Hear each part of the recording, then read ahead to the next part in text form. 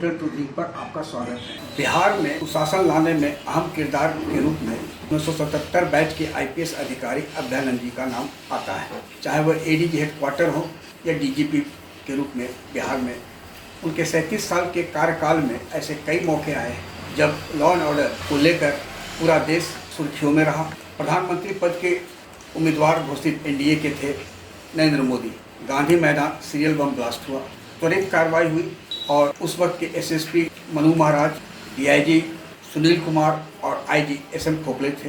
यह माना जा रहा था कि कई अधिकारियों पर गाज गिरेगी, लेकिन अभ्यानंद जी ने एज ए डीजीपी जो प्रस्तुतिकरण दिया और बाद में उसी दिन पकड़े भी गए थे कुछ लोग, और उसके कारण बिहार पुलिस की जो भद्र पीट की वह नहीं पिटी, जबकि आईबी की डायरेक्टर, सीबीआई से सहित कई वरिष्ठ अधिकारी घटना के बाद कई दिनों तक पटना में कैंप कर मामले की जांच की थी। फिर ब्रह्मेश्वर मुखिया हत्याकांड हो, पूरा देश चर्चित था। 12 जून 2012 की घटना थी।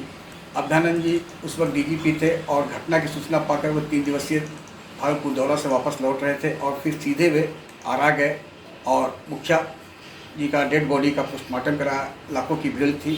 उस वक्त एसपी रहे एमआर नायक घटनास्थल पर नहीं पहुंच पाए थे। आईजी थे भृगु श्रीनिवासन, वो एसपी के यहाँ थे बैठे हुए और अकेले भीड़ से जूझ रहे थे अभ्यानंद। इसी तरह गो में सैप जवानों की हत्या हुई, 3 दर्जन से अधिक हथियार लूट लिया गया। रात में भी वे अकेले पहुँचे और भीड़ को शांत किया।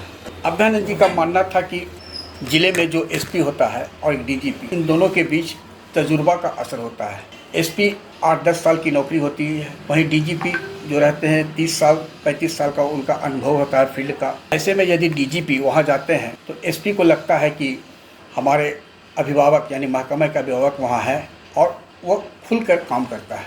आज की जिस स्थिति जी है उसमें एसपी लोगों की गोल्डन पीरियड है। हेडक्वार्टर से अगर बात होनी है तो संबंधित रेंज के आईजी और डीआईजी करेंगे। डीजीपी साहब का जो बड़ी बड़ी घटना होती है, मुजफ्फरपुर में आशुतोष शाही हत्याकांड हुआ, उसमें वे गए थे, लेकिन फील्ड में अभ्यानंद जी की तुलना में उनका आगमन किसी बड़े घटना के बाद कभी ही शायद ही देखा गया है। और आज 16 जुलाई को आज तक पर अभ्यानंद जी थे मुकेश सहनी के पिताजी के हत्याकांड को लेकर।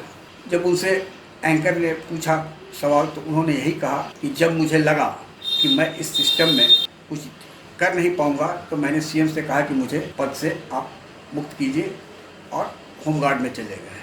अभ्यानंद जी का यह कथन क्या वर्तमान डीजीपी आरएस भट्टी के लिए है कि बिहार में सही मायने में जो सुशासन है उसका नींव हिल चुका है?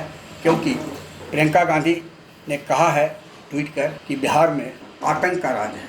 मुकेश सहनी भी बोल रहे हैं कि बिहार में अब लॉ एंड ऑर्डर नहीं बचा है। तेजस्वी यादव ने पिछले 5 दिनों की घटना को लेकर ट्वीट किया है कि शायद ही ऐसा कोई जिला है जहां कोई बड़ी घटना ना हुई। यानी लॉ एंड ऑर्डर के मुद्दे पर आज बिहार जो दूसरे राज्यों को शासन मॉडल के लिए चर्चित था, आज लॉ एंड ऑर्डर के मुद्दे पर जदयू भाजपा के नेता बचाव की मुद्रा में हैं और भले ही वे आरजेडी को जंगल राज का जनक कहते हैं, लेकिन उसके इतर बिहार में जो आज हो रहा है और कहीं न कहीं पुलिस मुख्यालय और की फेलियर ही कहा जाएगा, संवादहीनता और भी कई कारण हैं, ट्रांसफ़र पोस्टिंग कई बात हो सकता है, जिसे लेकर गुस्सा है।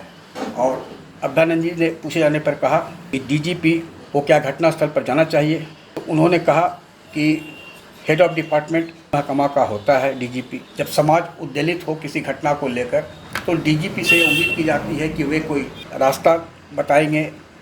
उनका जो नेतृत्व है वह वहाँ पर उद्वेलित समाज को यह विश्वास दिलाने में कामयाब होगा कि जो हुआ है वो तो कोई नहीं रोक सकता है, लेकिन उसके बाद जो पुलिस कार्रवाई है वह सुनिश्चित होगी और कड़ी से कड़ी सजा दिलाई जाएगी।